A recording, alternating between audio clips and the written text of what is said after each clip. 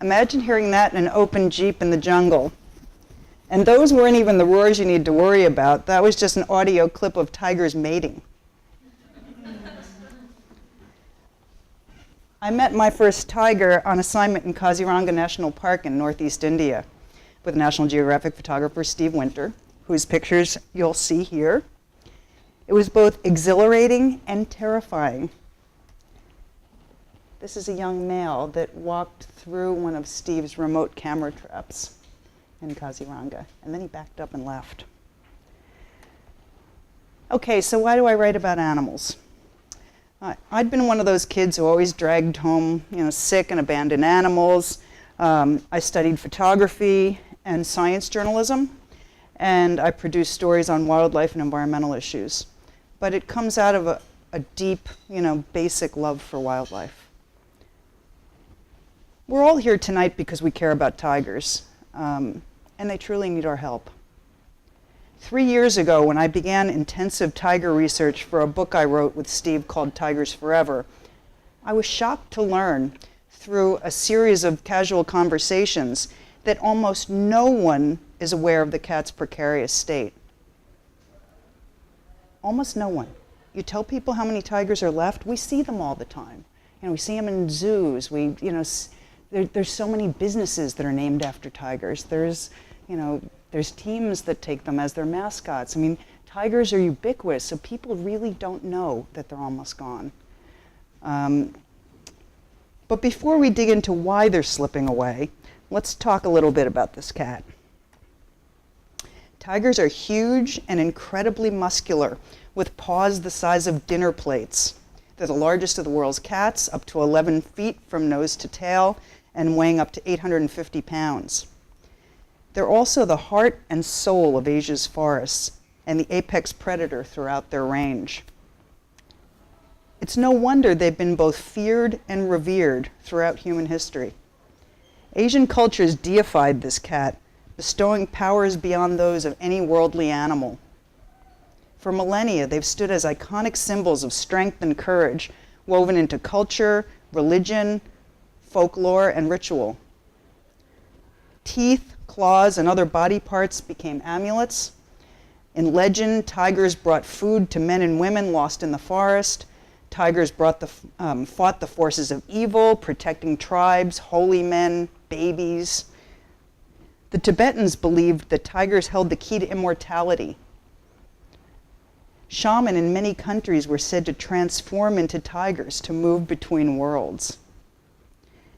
Many believed that when a tiger killed a human, that soul entered the cat's body, so few dared to kill them. But as the fabric of traditional culture has unraveled and guns have proliferated, tiger slaughter has grown increasingly common. This is an image from a tiger trophy hunt in India with the Raj in the early 1900s.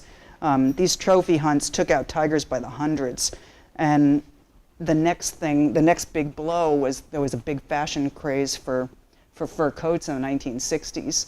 Even Jackie O had a leopard skin coat, and it was a big thing both in the U.S. and Europe, and it really took down big cats and tigers as well. Almost no one knows there are only about 3,000 tigers left in the wild. We don't know exactly how many there are, but there may not even be 3,000. That 3,200 number is, from a while back. They're so secretive, they're hard to count. We don't really know how many they are, but they're slipping. They're still going down. They have not yet leveled off. Regardless of various news reports you might see, Judy and I were talking on the way over about, there's been all that news about the Amur, Siberian, tigers. They're recovering. There was one male that was released, and he encountered a female, so they're recovering. And it's been big news. No, they're not. It's not good.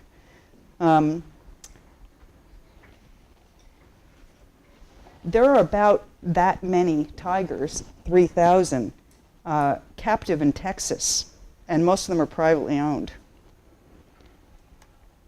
The last wild tigers are scattered in small pockets across Asia. A century ago, more than 100,000 of them roamed across 30 nations. Today, they hang on in just 11 countries. They've disappeared from 93% of their former range, and 6 of the 9 original subspecies remain, but the South China tiger exists only in captivity. One of the world's most iconic animals, a species that's existed for 2 million years, is careening towards extinction. Tigers could be exterminated from the wild within our lifetime. Why are tigers disappearing before our eyes? Like all endangered wildlife, they face a multitude of threats. Their power, their supposed magical qualities, and their beauty are great liabilities. And the needs of people and the needs of tigers often collide, with deadly results. Asia's exploding human population is leveling the forests where tigers live. This is a gold rush in Myanmar. It just carved out the landscape.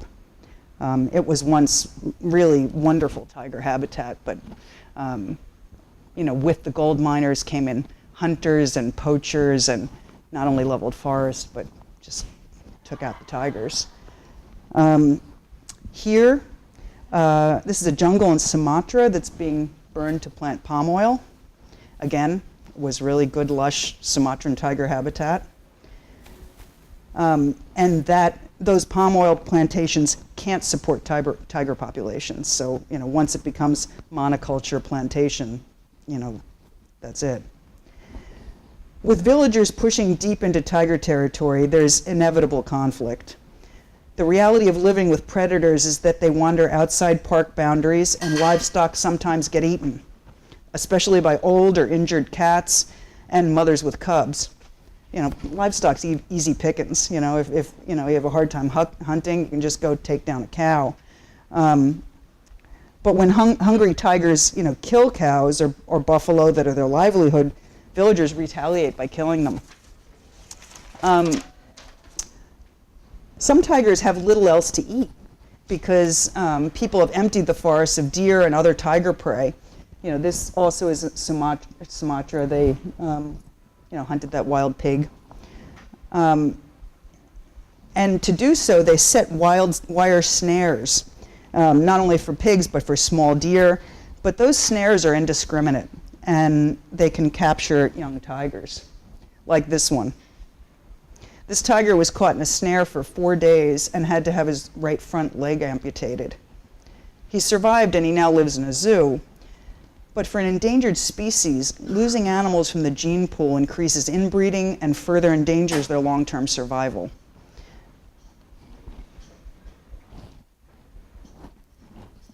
This was him being operated on. And I love this shot of these rangers so tenderly holding him. Look at the ranger at the end, holding his tail. The tiger's current precipitous decline began in the 1980s with a wave of trapping, snaring, and poisoning across their range. At that time, an appetite for traditional Chinese medicine skyrocketed along with kind of a rising Chinese middle class with more disposable income. Throughout history, medicine men have ascribed magical powers and healing properties to tigers. Nearly every part has been used in traditional medicine to treat everything from joint problems, flagging libido, baldness, laziness, possession by evil demons. The list is huge. But today, the demand has shifted from health to wealth. The wealthy in China are now using tiger products as status symbols, especially skins used in high-end home decor and tiger bone wine, which is made by soaking a tiger skeleton in rice wine. Despite an international treaty that bans trade in tigers or their parts, poaching is a thriving black market business, and tigers, as well as rhinos, elephants, and other wildlife, are being poached across Asia and across the world. The same cartels that run gun, drug, and human trafficking operations are also masterminding this, high-end wildlife trade. The demand is spurred by tiger farms in China that hold about 6,000 tigers. You'll hear a lot more about the trade and tiger farming tomorrow from Judy Mills, who's speaking in the morning. This guy was head of a notorious poaching ring in Thailand. He got busted with 10 dead tiger selfies on his cell phone, and it was used as evidence. And in Thailand, the laws can be spongy with things, but he did end up going to jail. I'm going to show you a short video that Steve and I produced for National Geographic, which explains a lot about poaching and the demand. It's a little long, it's like 4 minutes. I hope you can hear the audio well enough, because we don't really have speakers. If you can't really hear it, just kind of raise your hand and we can just kind of go on. But, okay, here we go. People need to know how tigers are killed. It is such a brutal process. And this is just the first stage. This incident, which is a tigress who was caught in a trap, was one of the things that inspired me to become a full-time activist. I was just so shocked and disturbed by the fact that this tigress had to suffer such extreme pain.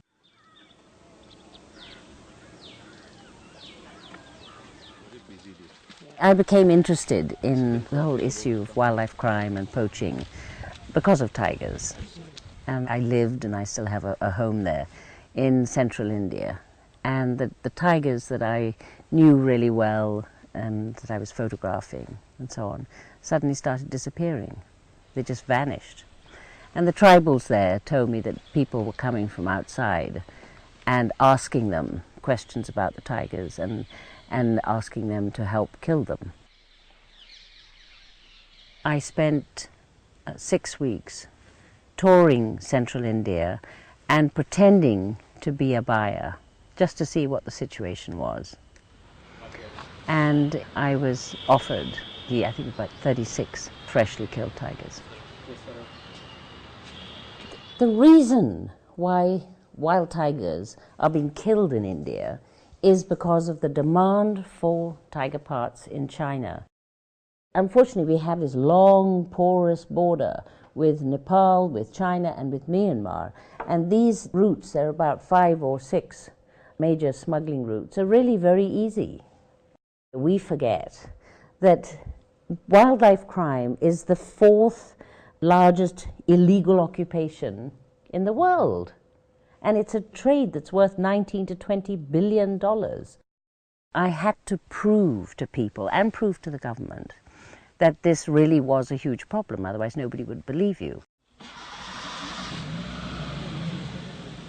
But then after a few months of chasing these criminals and documenting all this information, I realized I had to have an organization behind me. I formed the Wildlife Protection Society of India. Any news? Yeah, the news is that today morning we have got information that 2 tiger skins were seized in Corbett. And are there tiger bones as well? Yes, skins and bones were seized. So this is a tiger trap that's been used, and it was seized by the Forest Department, the buffer zone of Chidoba. It is just a crude contraption. See, it's not made in any factory. But no tiger can survive this, no tiger can escape from this trap. They have brilliant knowledge of tiger behavior. The moment the tiger steps on a trap, it gets trapped. Then they would approach the tiger and spear it in the throat to silence it. And they just club it to death with sticks. They'll hit the tiger on the skull and the backbone. Because they don't want the skin to be damaged. Yeah. Mostly the organized poachers are nomadic in nature.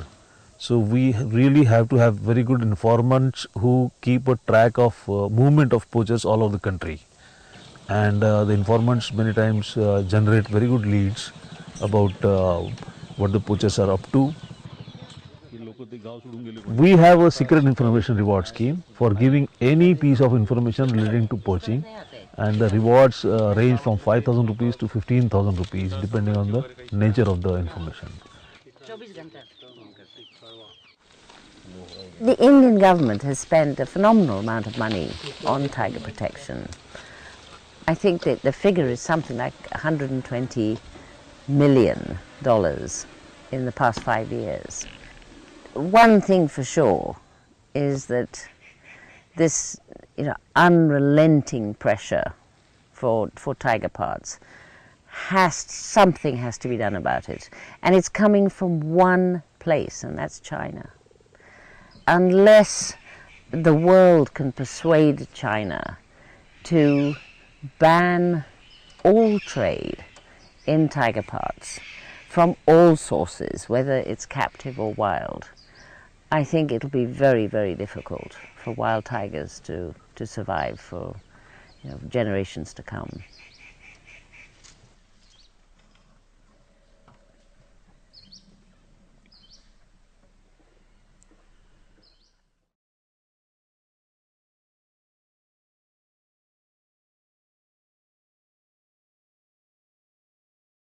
To the local zoo here in Sumatra and drugged an 18-year-old beloved tiger named Sheila, smuggled her out in parts, and was captured on a bus and, confessed to her killing.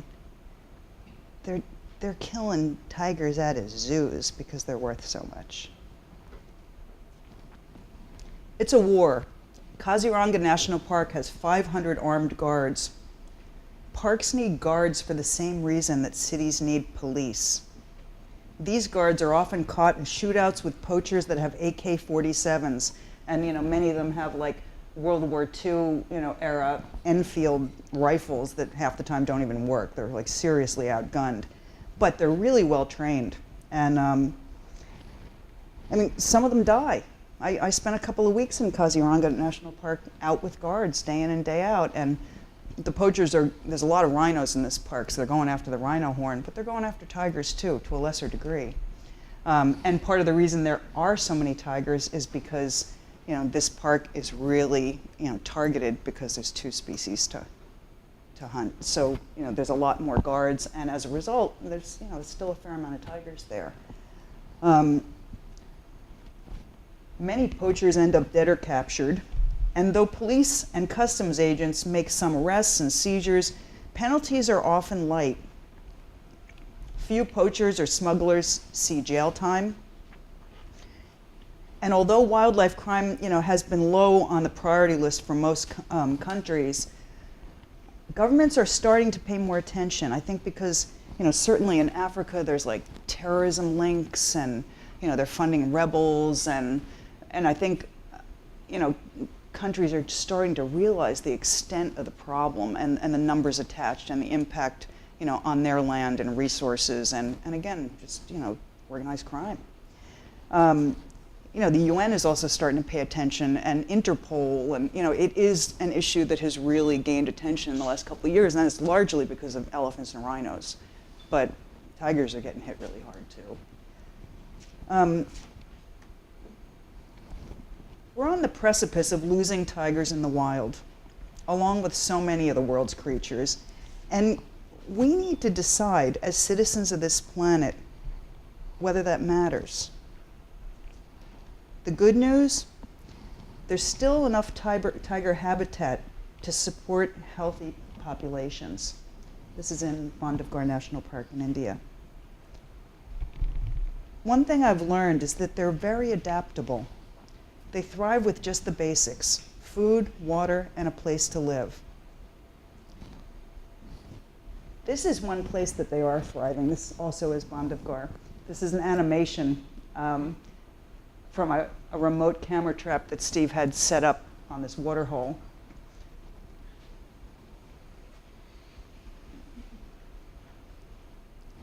There's 3 almost grown cubs that are siblings, and then you'll see later on it goes night, and there's another tiger drinking at night, and that's the father. These are 14-month-old cubs. They're huge.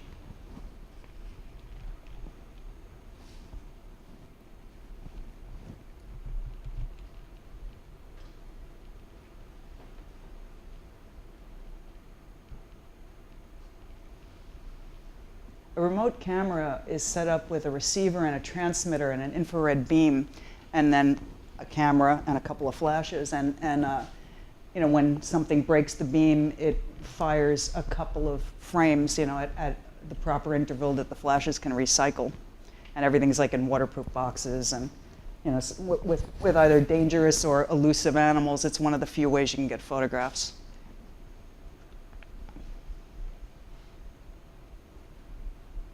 You can see over time the water got very green and algified.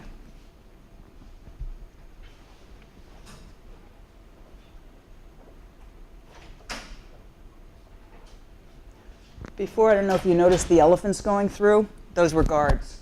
In the morning, they always go and track and see, you know, if tigers had been around, and then they track them in the morning. And again, it's a way of monitoring for poaching and et cetera.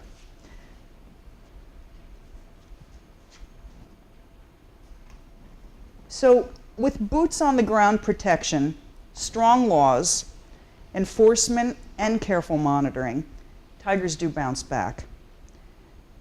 But governments must safeguard tigers from poachers with armed protection in the national parks where the cats are still thriving.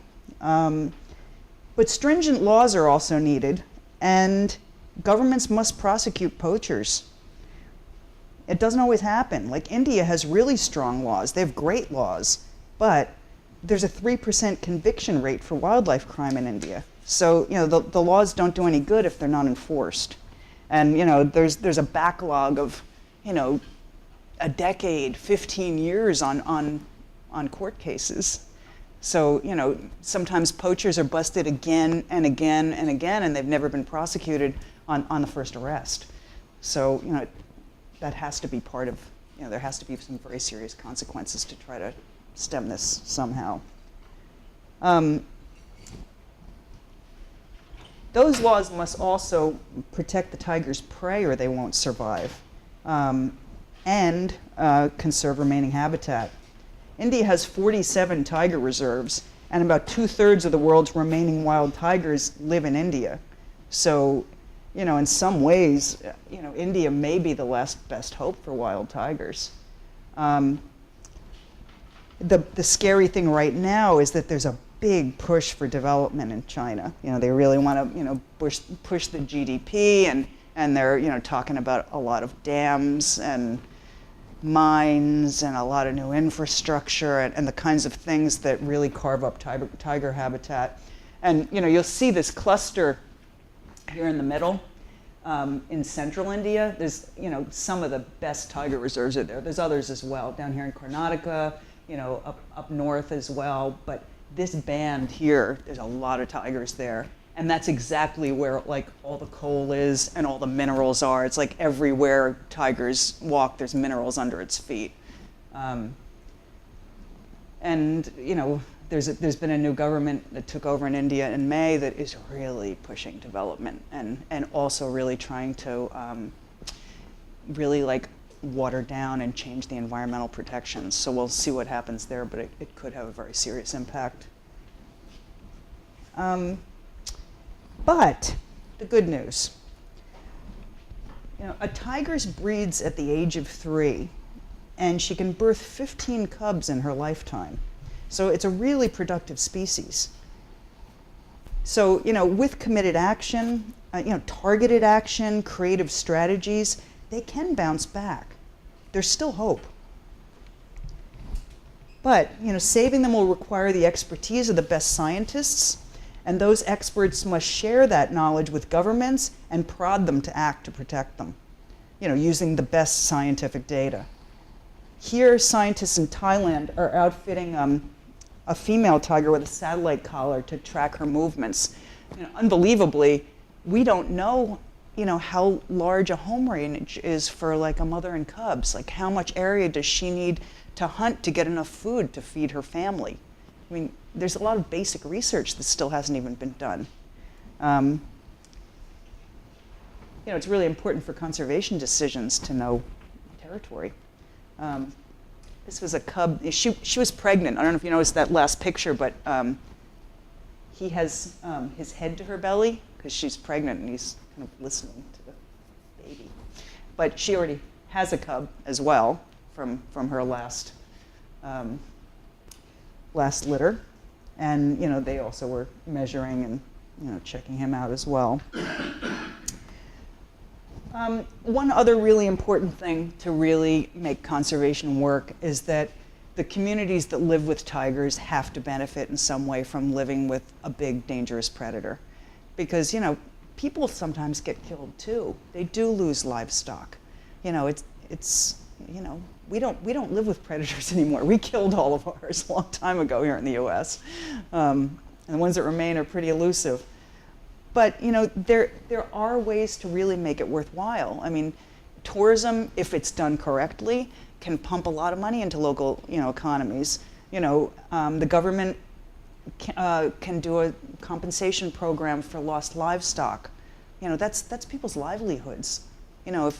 If you live in a village and your cow is the milk that your family uses, and maybe you make cheese and then you sell some of the milk, and same thing, water buffalo are also used for milk. You lose that animal, that's a big hit to your income. It's not a small thing. So, for conservation to work, it has to economically work. And again, that makes people care about and become invested in conservation if there's some payback. But saving tigers also requires a world that cares. In the words of renowned field biologist George Schaller, "I learned long ago that conservation has no victories. It's a never-ending process that each of us must take part in." I believe we need to save tigers, not only because of their sheer majesty, but because they have the right to walk the planet. But there's also a much broader reason to save tigers. And I think a lot of people are so divorced from nature at this point that they don't understand that if we save a big, wide-ranging predator, we also save ourselves. Let me explain. By preserving the huge tracts of forest that these wide-ranging predators need to survive, we're giving them space to hunt, to find a mate, and land for the young to disperse. But conservation at such a grand scale radiates outwards with global implications. These forests are the lungs of the world, providing the air that we breathe, pulling carbon from the atmosphere, and slowing climate change. They provide buffer from flooding, protecting towns and cities. They prevent erosion of the topsoil that we need to grow crops. Forests purify the rivers and streams that we need for drinking water, for millions of people, especially in India, millions of people. When you save the top predator in any ecosystem, you save the entire spectrum of life that shares their realm. Preserving ecosystems that have evolved over millions of years. Okay, so what can you do? There's some great organizations doing great work that need donations, and I'd like to highlight a couple of them here. Every one of these are small organizations, and they're doing some of the best on-the-ground work. The London-based Environmental Investigation Agency is doing undercover work, like one of the few organizations that's still trying to dig in and look at the trade and highlight what's going on. Years ago, many people were doing that. Pretty much just them at this point. The Wildlife Protection Society of India, based in Delhi, is what we saw in that video. And the California-based nonprofit Wild Aid is trying to address trade in wild tigers. Their motto is, "When the buying stops, the killing can too." Social media can also make a difference.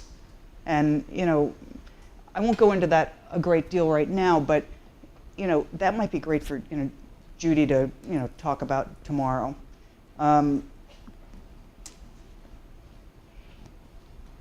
Wild tigers are on life support.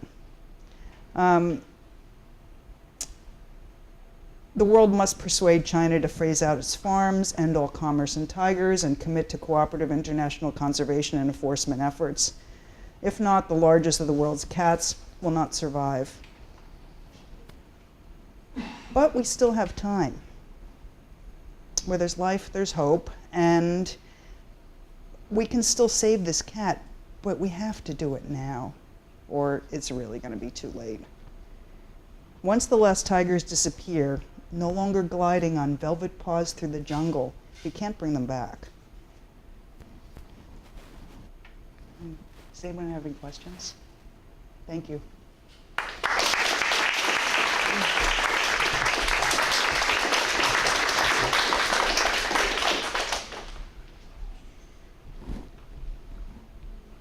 What was that? Oh, sorry. You don't have to. What was one of those moments for you that got you interested in tiger conservation? What was that defining moment? Well, I'd written on jaguars, so I'd already had some experience with big cats. I went to Kaziranga National Park, that first blue picture, I guess in 2004.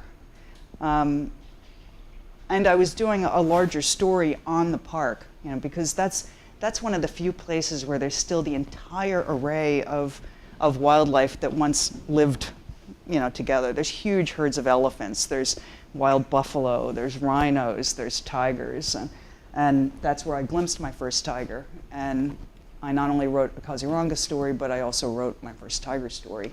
And that one was looking at the way that India was counting its tigers. They were counting, pug marks in the ground, and so really over counting.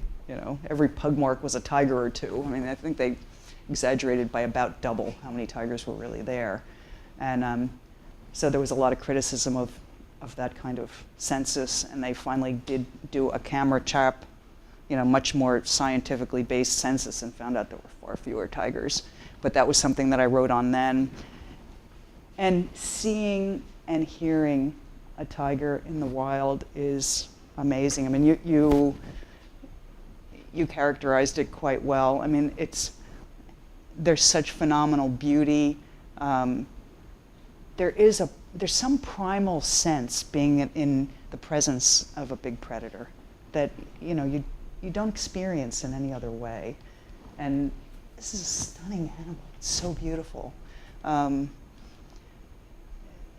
When I realized the state that they were in, I decided to keep writing about them. And then, Steve, actually, some of the pictures you saw, you didn't see kind of like the whole array, but Steve has spent about a decade in tiger territory in Myanmar, in Sumatra, in Thailand, and a number of times in India.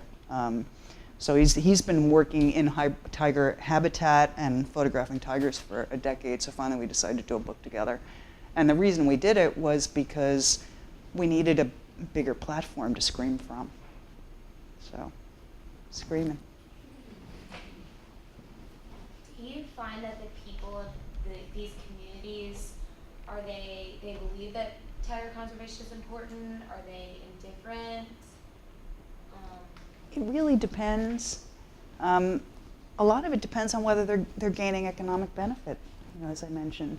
The Indians are incredibly tolerant of wildlife, and I think it's because it's woven into culture and religion, and they have a reverence for wildlife.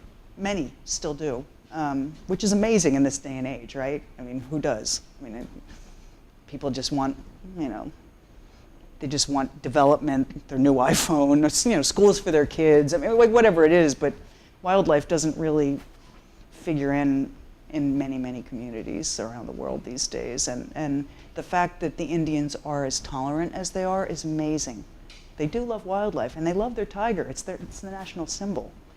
So, I think as long as it can continue to not be, too much of a drag on their lifestyle, to taking too much of an economic hit, they'll stay on board. As far as raising money, those groups are doing a good job of it. In your opinion, where's the money have the biggest impact at actually translating into saving tigers? If you could focus what to give your money to, and even those groups, what do they give it to that actually shows results? Well, I can say where not to put your money. The big conservation organizations, any money that goes to them, it just kind of gets diluted into big budgets with big administrative costs, and it just doesn't translate well enough on the ground. So, you know, the couple organizations I put up there, they're small, lean, amazing organizations. If you contributed to any of those organizations, that money goes to tiger conservation. But there's a lot of other things too, and again, you know, I'm sure other speakers here will have a lot of other ideas, you know, for you. But don't give your money to the big, famous conservation Do the organizations. small groups, I mean, use it to preserve land or to fund defense of the land that's already preserved, or what specifically does it go to? There's not really much of that being done that isn't a government effort. Okay. You know, I think the conservation initiatives either focus on, you know, identifying the trade, trying to stop the trade, trying to track poachers. You know, the Wildlife Protection Society of India, that woman, Belinda, you know, she has, over the last 20 years or so, put together the largest wildlife crime database in India. And she's always pushing the police to do their job. She works with, you know, you saw, you know, the government, the informants that, you know, they pay for tips about people coming into the area that they, you know, think are poaching. And you know, there's a couple of these people that have, you know, this woman, Debbie Banks at the Environmental Investigation Agency, Belinda Wright, WPSI, they put their lives on the line. You know, I'm surprised they're not dead. I mean, they, you know, put themselves in really hairy situations trying to, like, you know, just see what's going on with poaching, you know, catch poachers. And so I hope that answers your question. I mean, that's the one answer I have right now. Thank you. Do you think there's any other way to make tigers like economically viable to people in areas where maybe tourism isn't really an option, like where they can't take, you know, jeeps into Sumatra and get up close? Like, how do you make a tiger for them? I don't know if there's an answer. I was just curious because that seems like that's why everyone just goes to India, I think. In Sumatra, you know, one of the biggest problems is palm oil. You know, and you know, there's a long history to that because, you know, some of the islands in Indonesia are so incredibly overpopulated that the government was paying people to move to out islands and giving them a plot of land, palm oil. So, you know, making sure that products that you buy that have palm oil in them are sustainably grown or not like ripping down the rainforest. I mean, that's a really cool thing. And that could be an activism point. And it's not just, you know, tigers that are suffering. Orangutans are in really bad shape because of palm oil as well. I mean, there's a lot of other species, but if you look at what palm oil is in, it's in everything. So, you know, there have been some initiatives, I think, that are starting to change that. So, I mean, it's a different twist on it, but it still is economic, and it's a, you know, it could be a consumer, you know, activist issue. I mean, there's a lot of things that we can do. Thank you. You had a question? Yeah, it seems like a lot of the problems boil down to really high demand for tiger parks from PRC. Has there been any positive progress in that respect? You know, cultural changes, legislation within China? I'm going to leave that question. Judy is the expert on that. So ask her that tomorrow, and she'll. With those people that are obviously penalized from poaching, you know, they go to jail. Do you know if there have ever been repeat offenders, or if once they've been penalized, do they actually stop, or? There are some, you know, I think the poaching networks are best known in India, and there are some kingpins that, you know, have literally run operations from jail. I mean, one that actually did end up going to jail, you know, his whole family, and, you know, it just doesn't stop. This is big money. And this isn't just like a couple of local people or something. These are, you know, chains in a cartel international trade. Oh yeah, no, there's, I mean, it's not to say that there aren't, occasional situations where they may engage somebody to go in and kill a tiger, but most of it is a business. And there are actually roving bands of poachers that move around the country, and they even know that, like, full moon nights, for example, are a time when poachers can slip into the forest, and they don't need flashlights, and it's a good time to go set traps, and it's a whole thing. The women may often, as they're moving through these towns, women may sell like trinkets on the street, or have like kind of some kind of front business, and the guys are going off in the forest and poaching. It's a business, a lucrative one. When I think about what American students could do to help save tigers in a country like India, all I can think of is that India is a very wealthy country, China too. They're both projected to pass the U.S. in GDP in the next few decades. And they have big armies, and it seems to me that if India, for example, wanted to stop tiger poaching, they could do it overnight. They were serious about it. They have all the resources they would ever need. But what they lack is the will to do it. And it seems to me that one thing that American students could do is bring visibility or pressure on the Indian government to act. I mean, I don't know that there's anything in the way of resources that they actually need from the outside. What do you think? What can American students do? Well, to step back to the earlier, part of your question, there are some places where, tigers are pretty well protected. I mean, you saw those armed guards in Kaziranga, 500 armed guards. They're in camps away from their families for 3 months at a shot. They don't get paid very much money. They're really dedicated. Some of them die. They get shot. Or, charged by a rhino, or, it's a dangerous job, and they really put their lives on the line.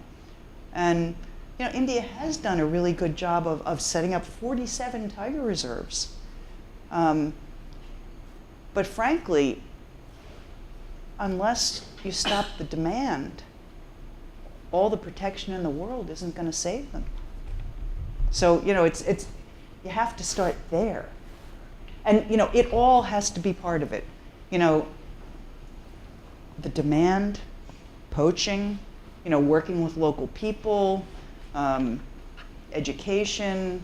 There's many pieces to the puzzle to save tigers, and they're all necessary. Protecting habitat, protecting prey.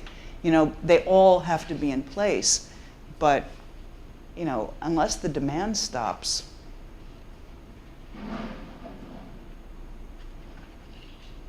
these are big areas. You can't police the whole place.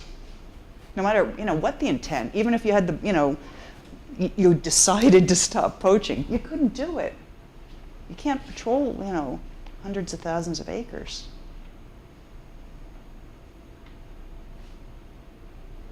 But it all needs to be done, including ongoing science and research and conservation. And I mean, it's a whole package. It all has to happen.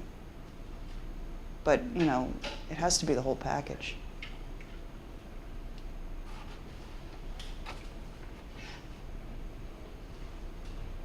Well, the LSU chapter and the National Coalition would actually like to present you with a gift for your time and generosity. Your gift is being here, and your gift is caring. Yes. So we But thank appreciate you. you coming to teach us and teaching us all about what you've done. So we will present you with this gift. Oh. For you. It's beautiful. Thank you. Thank you. Oh.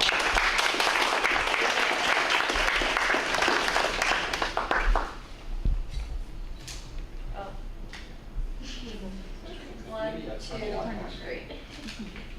There you go. I hope that you didn't find that too depressing. And I also hope that you take it as a call to action. Because again, because these cats breed so well, they can come back. There's a lot of other species that don't breed well. And, so, they have it a lot tougher. But these cats, they do come back if they're not killed. And they have food to eat and a place to live. It's all it takes. You know, a safe place to live. So there's a lot you can do. And some really loud voices could really spark action. I'm going to leave you with one little last anecdote. Last summer, there was a CITES meeting. Do you know what CITES is, everybody? And because Asian big cats are in such trouble, the CITES Secretariat ordered a larger, paper, research done on the state of big cats. Usually they just have individual parties and individual countries just self-report what's going on with tigers. But it was just getting so bad, they needed a broader report that brought in information from NGOs, conservation organizations, biologists, as well as countries to really look at the state of the situation, for tigers, leopards, snow leopards. And that report, when it came out, really painted a pretty tough picture. I wrote a piece on that for the New York Times, which is actually how I met Judy. She was one of my major sources for that story. And it came out 2 weeks before the CITES meeting. It ran in the international edition, ran in the domestic edition, it ran in the Chinese edition of the New York Times, and then it was picked up by a Mandarin language newspaper in China illegally. Knocked off. That day my computer got hacked, which was kind of interesting, and all my tiger files disappeared, and there was some software in there that copied my hard drive. But, to go on, the subject of that paper, that this is now about wealth, not health, became the hallmark of the entire conference, because you could transfer that to elephants, to rhinos, to many, many things.